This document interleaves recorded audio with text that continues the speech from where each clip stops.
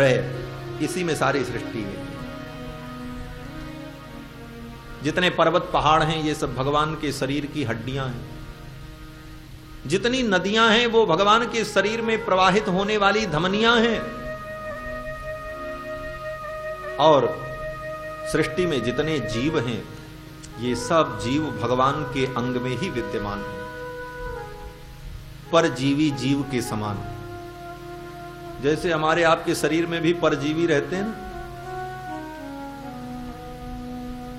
कभी कभी सफाई न करने के कारण इसमें भी जीव पैदा हो जाते हैं। वो यहीं पैदा होते हैं, इसी में रहते हैं, इसी में मर जाते हैं। उसी प्रकार अनंत अनंत जीव भगवान में ही हैं और भगवान में ही पलते बढ़ते हैं और भगवान में ही रहते हैं, भगवान में लय को प्राप्त हो जाते हैं, लेकिन भगवान को नहीं जान पाते। जैसे हमारे शरीर में ऐसे जीव पैदा हो जाते हैं लेकिन वो ये नहीं जान पाते कि हम जहां रह रहे हैं, जहां पैदा हुए, जहां खा रहे हैं, जिसमें हैं वो एक स्वतंत्र सत्ता है।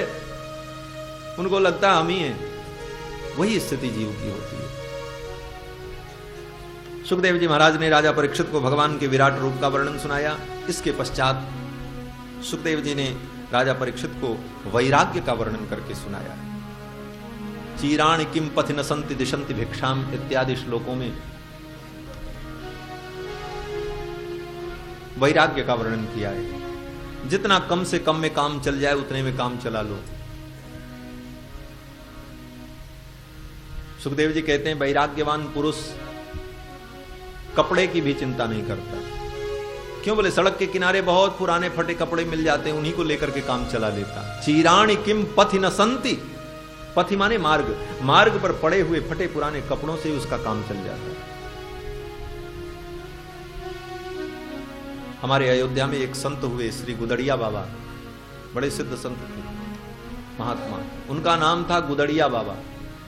वो अयोध्या में इधर उधर गलियों में जो कपड़े पड़े रहे उनको बटोर करके सरजू जी में धो करके खूब पानी से शुद्ध कर धो करके फैला दें, सूख जाए, फिर उसको एक के ऊपर एक रख करके सुई तागा से सी करके उसकी गुदड़ी बनाए और वही गुदड़ी ठंडी के दिन में ओढ़ लेते थे, गर्मी के दिन में बिछा लेते थे। वही उनका बिस्तर, वही उनका घर, जहां जाए वो गुदड़ी साथ में रखते। उनका नाम गुदड़िया बाबा।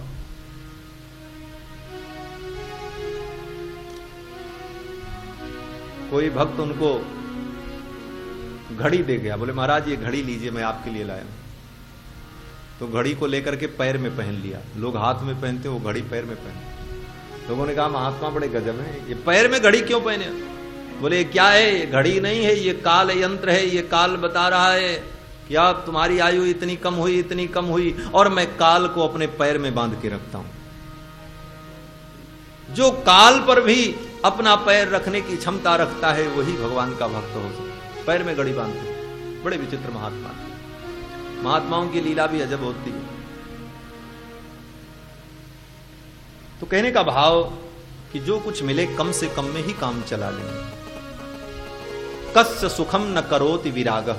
भगवान शंकराचार्य कहते हैं, चरपट पंजरी नाम का उनका एक ग्रंथ है, भज गोविंदम भज गोविंदम गोविंदम भज मूढ़मते। पूरा वेदांत है इस पंक्ति में। बालस्तावत् क्रीडासक्तः तरुणस्तावत् तरुणी रक्तः वृद्धस्तावत् चिंतामग्नः पारे ब्रह्मणि कोपि न लग्नः भज गोविंदम भज गोविंदम गोविंदम भज मूढ़मते। अरे मूढ़मती, गोविंद का भजन कर। बचपना खेल करके बिता दिया, जवानी भोग में बिता दी, बुढ़ापा आया तो अब चिंता में परेशान है। अरे तू गोविंद का भजन कर ले।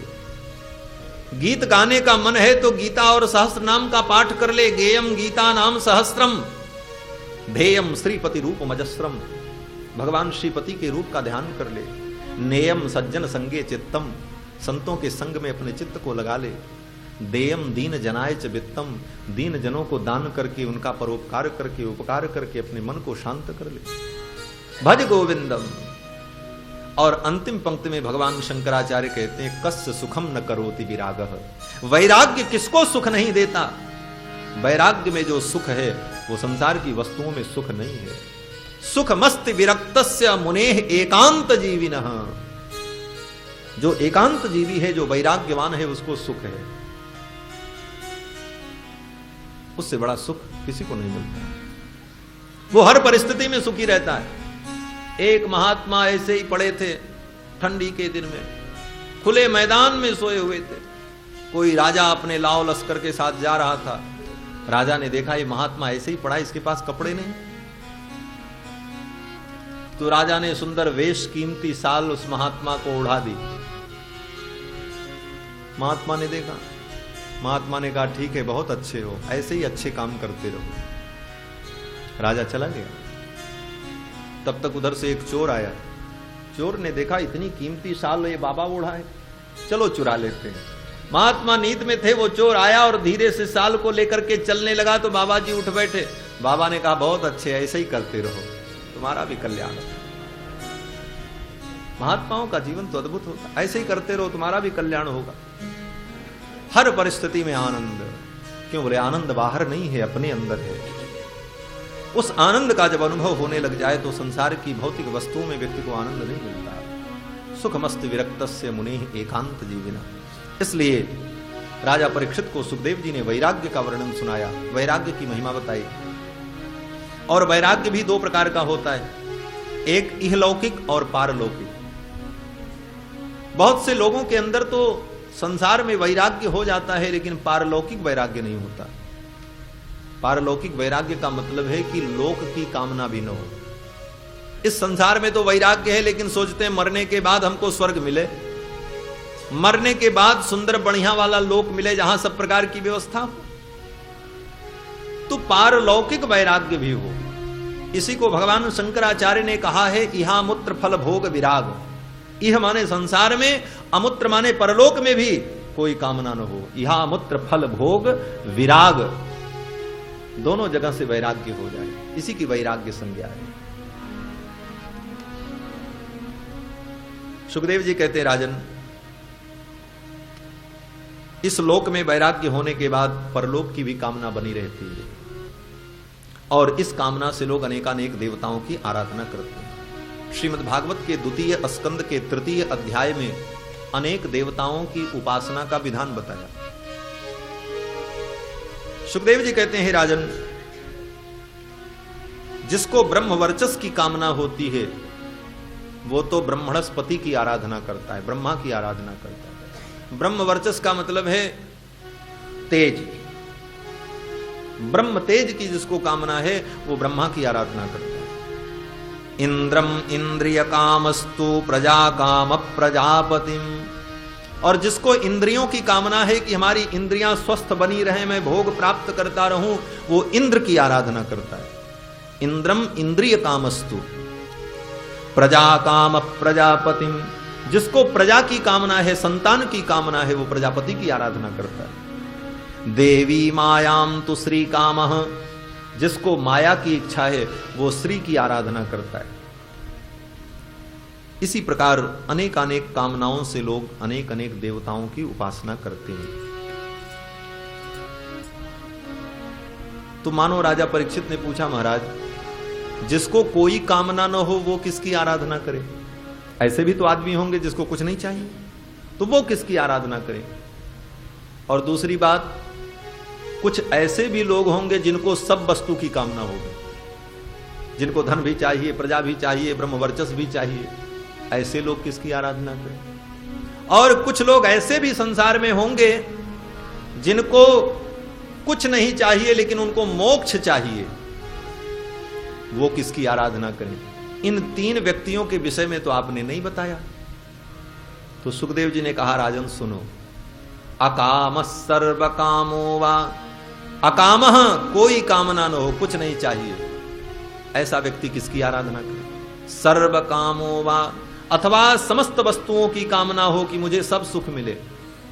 मोक्ष काम उदारधी, अथवा मोक्ष की कामना हो, तो किसकी आराधना करें? सुखदेव जी कहते हैं कि तीव्रेण भक्ति योगेन यजेत पुरुषम परम। तीव्र भक्ति योग के द्वारा परम पुरुष भगवान श्री हरि की आराधना करनी चाहिए। क्यों? बोले अलग अलग एक एक देवताओं की आराधना करने से व्यक्ति की एक एक कामना पूरी होगी, और कामना जब पूरी होगी तो दूसरी कामना पैदा हो जाएगी। ये कामना बड़ी विचित्र है। एक गई, दूसरी आई, फिर दूसरी को पूरा किया, तीसरी आई, अभी कामना है कि साइकिल हो जाए, साइकिल हो गई तो अब मोटरसाइकिल हो जाए, बोले वो आई, बोले अब 4 व्हीलर आ जाए। ये कामना कभी समाप्त नहीं होती, अनंत है। तो एक एक कामना पूरी करते करते जिंदगी बीत जाएगी, फिर भी सारी कामनाएं पूरी नहीं होंगी। तो क्या करें? बोले ऐसी जगह ढूंढ लो जहां सारी कामना पूरी हो जाए। अगर कामना ही है तो फिर ऐसी जगह जाओ जहां सारी कामनाएं पूरी हो। ये देवता केवल एक एक कामनाओं की पूर्ति कर सकते हैं, सब नहीं कर सकते।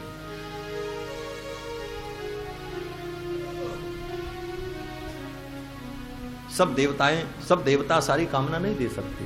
सबका क्षेत्र है, सबका अधिकार है, अपने अधिकार बटे हुए। तो सारी कामनाएं हो तो किसके पास जाएं? बोले भगवान के पास। तीव्रेण भक्ति योगेन यजेत पुरुषम परम, क्योंकि भगवान समस्त कामनाओं को पूर्ण कर देते। और निष्काम व्यक्ति भी भगवान की आराधना करे, और जिसको मोक्ष चाहिए वो भी भगवान की आराधना करे, क्योंकि मोक्ष भी भगवान की कृपा से मिलता है। मोक्ष मिच्छेद जनार्दन, जनार्दन की कृपा से ही मोक्ष मिलता है। महाभारत में कथा है, काशी में एक असुर था जिसका नाम था घंटा कर्ण। उसके नाम पर आज भी एक मोहल्ला है कर्ण घंटा, जो काशी गए होंगे मालूम। वो शिव जी का परम भक्त था, अनन्य भक्त, और इतना अनन्य भक्त था कि भगवान शिव के अतिरिक्त किसी दूसरे के नाम को सुनना नहीं चाहता था। इसीलिए अपने कान में उसने 2 घंटे लटका रखे थे, इसीलिए उसका नाम था कर्ण घंटा। वो घंटा क्यों लटकाया था? बोले कोई शिव जी के अतिरिक्त किसी दूसरे देवता का नाम ले तो वो ऐसे ही करता था, किसी का नाम नहीं सुनेंगे, ऐसा अनन्य भक्त था। उसकी भक्ति पर भगवान शिव प्रसन्न हुए। शिव जी ने कहा वरदान मांगो, क्या चाहिए? तो कर्ण घंटा ने कहा महाराज मुझे मोक्ष चाहिए, मैं संसार सागर से मुक्त होना चाहता हूं। भगवान शिव ने कहा भोग तो मैं दे सकता हूं, लेकिन मोक्ष देने का काम तो भगवान श्री हरि का है। मोक्ष में छेद जनार्दनाथ, मोक्ष की कामना है तो जनार्दन की आराधना करो। और भगवान शिव का आदेश प्राप्त करके वो घंटा कर्ण दैत्य उत्तराखंड में जाकर के बद्री नारायण भगवान, बद्री विशाल भगवान की सन्निधि में जाकर के उसने तप किया है, और उसके तप के प्रभाव से भगवान नारायण प्रसन्न हुए और उसको मोक्ष प्रदान किया है। वहां भी घंटा कर्ण नाम का तीर्थ है, बद्रिकाश्रम की यात्रा में जाएं तो मार्ग में मिलता है। कहने का भाव कि सब लोग सब नहीं कर सकते, मोक्ष देना प्रभु का काम है, इसलिए मोक्ष में छेद जनार्दना, सारी कामनाओं को पूर्ण करने वाले भगवान हैं। एक बात बतावें, देखो भगवान की कृपा से व्यक्ति निष्काम भी हो जाता है। सकाम भाव से अगर भगवान के भजन में जीव लगे तो भगवान उसको निष्काम बना लेते हैं, और बनाने के बाद उसको यहां भी आनंद प्रदान करते हैं, और मरने के बाद वहां भी व्यवस्था कर देते हैं। श्री विभीषण जी महाराज का चरित्र देखें। श्री विभीषण जी महाराज भगवान की शरण में आए, किस भाव से? बोले सकाम भाव से आए। सुना है कि बाली को मार करके सुग्रीव को राज्य दे दिया भगवान ने। मैं भी भगवान की शरण में जाऊंगा तो रावण का वध कर देंगे और लंका का राज्य मुझे मिल जाएगा, इस भाव से आए। भगवान ने कहा ठीक है आओ। किसी प्रकार आए तो भगवान बड़े उदार हैं, और भगवान कहते हैं कोई मेरी शरण में आया तो वो मुझसे भी बड़ा उदार है। क्यों? बोले आया तो मेरे पास। गीता में भगवान कहते हैं उदाराह सर्व एवैते ज्ञानी तो आत्मैव मे मतम्। ये मेरे भक्त हैं, उदार हैं, आए तो मेरे पास, कैसे भी आए। विभीषण जी आए शरण में, तो भगवान के पादारविंद का दर्शन करते ही उनकी कामना तो समाप्त हो गई, लेकिन भगवान ने सोचा चलो पहले इनकी कामना ही पूरी कर देते। आते ही भगवान ने समुद्र का जल मंगाया और राज तिलक कर दिया। बोले लंका का राज्य तुम्हें दे रहा हूं। विभीषण जी सोच भी नहीं पाए कि मैंने मन में सोचा था और आते ही मुझे इन्होंने ये फल दिया। और भगवान सोचने लगे आज तो एक कामना हुई मैंने पूरी कर दी, अब दोबारा इसके हृदय में कामना ही न हो, ऐसा कोई उपाय कर देना चाहिए। तो उपाय क्या है? बोले भगवान के भक्तों के हृदय में कामना न हो, इसका उपाय यह है कि हृदय में भगवान के चरण विराजमान हो जाए। कामनाओं की उत्पत्ति का जो पात्र है, जिस पात्र से कामनाएं निकलती हैं, उस पे ढक्कन लग जाए, वो बंद हो जाए। जैसे आपने देखा ना जादू दिखाने वाले जो लोग होते हैं, वो एक घड़ा ले लेते हैं और जनता को प्रभावित किया, और फिर घड़े में हाथ डाला तो उसमें से रुमाल निकाली, उसमें से बाल निकाली, पता नहीं क्या क्या निकलता है उस घड़े से। एक के बाद एक देखने वाले सोचते हैं अरे इस घड़े में कितनी सामग्री है। उसी प्रकार इस घट में कितनी कामनाएं भरी हैं, एक निकलती, दूसरी निकलती, तीसरी निकलती।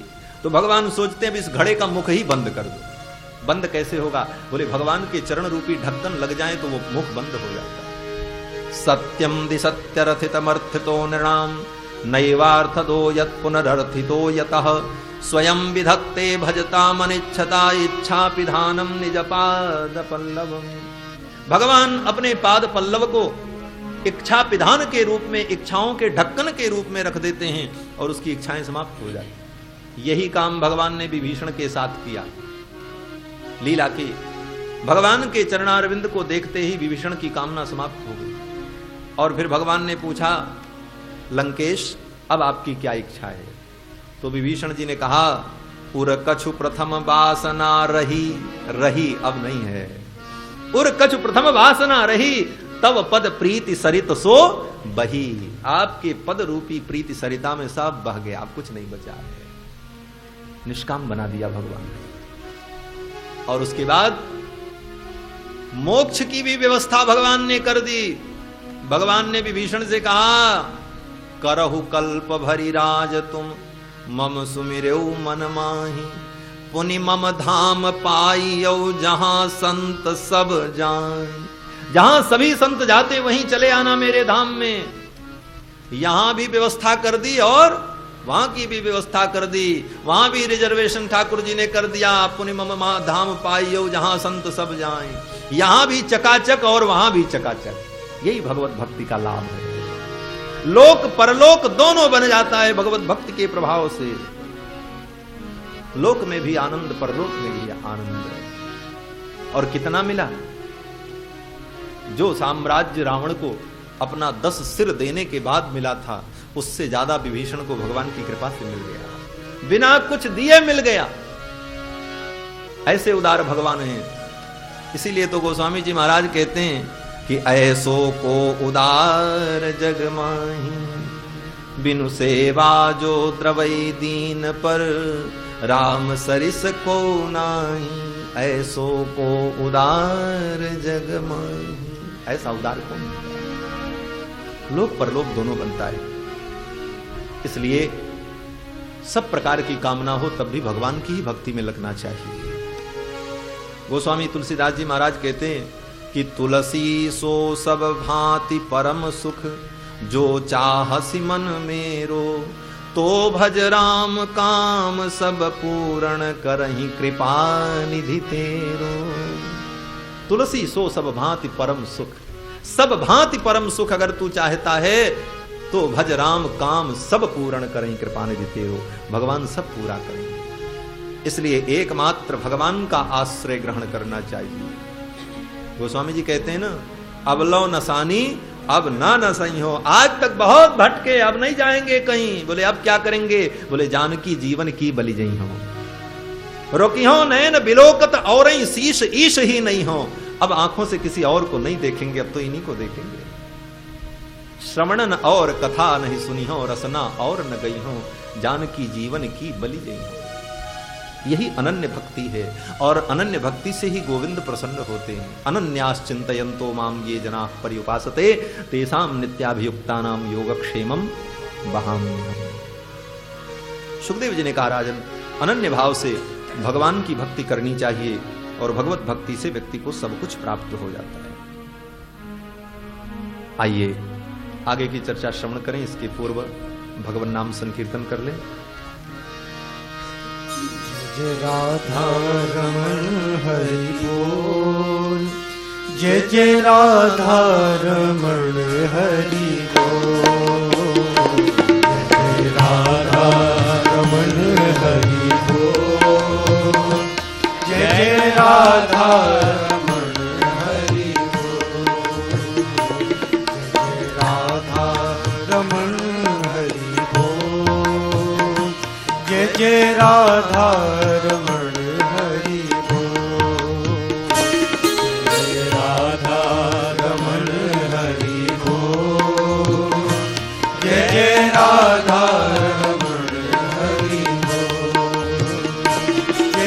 राधा रमण हरि बोल, जय जय राधा रमण हरि बोल, जय जय राधा रमण हरि बोल, जय जय राधा रमण हरि बोल, जय जय राधा रमण हरि बोल, जय जय राधा रमण हरि बोल, जय जय राधा रमण हरि बोल, जय जय राधा रमण हरि बोल,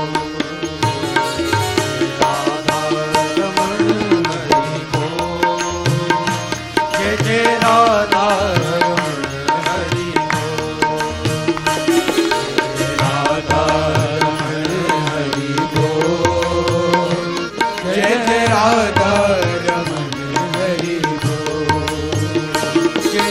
राधा रमण प्यारो राधा रमण, जय जय राधा रमण प्यारो राधा रमण, जय जय राधा रमण प्यारो राधा रमण, जय जय राधा रमण प्यारो राधा रमण, जय जय राधा रमण प्यारो राधा रमण, जय जय राधा रमण प्यारो राधा रमण, जय जय राधा रमण प्यारो राधा रमण, जय जय राधा रमण प्यारो राधा रमण, जय जय राधा रमण प्यारो राधा, जय जय राधा रमण प्यारो राधा, राधा रमण हरि बोल, जय जय राधा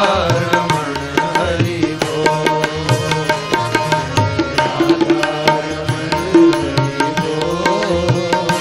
जय जय राधा रमण हरि बोल,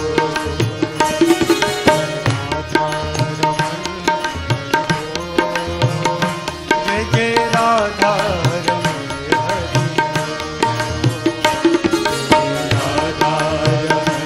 हरि बोल, जय जय राधा रमण हरि बोल, जय जय राधा रमण प्यारो राधा रमण, जय जय राधा रमण प्यारो राधा रमण, जय जय राधा रमण प्यारो राधा रमण, जय जय राधा रमण प्यारो राधा रमण, जय जय राधा रमण प्यारो राधा रमण, जय जय राधा रमण प्यारो राधा रमण, जय जय राधा रमण प्यारो राधा रमण, जय जय राधा रमण प्यारो राधा रमण, जय जय राधा रमण प्यारो राधा, जय जय राधा रमण प्यारो राधा,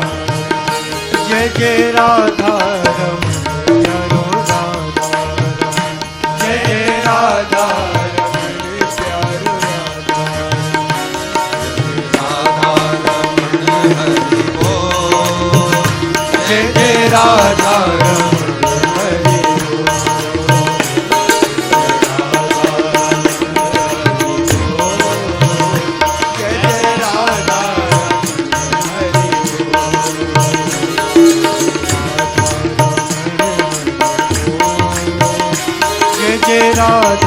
रमण हरि बोल,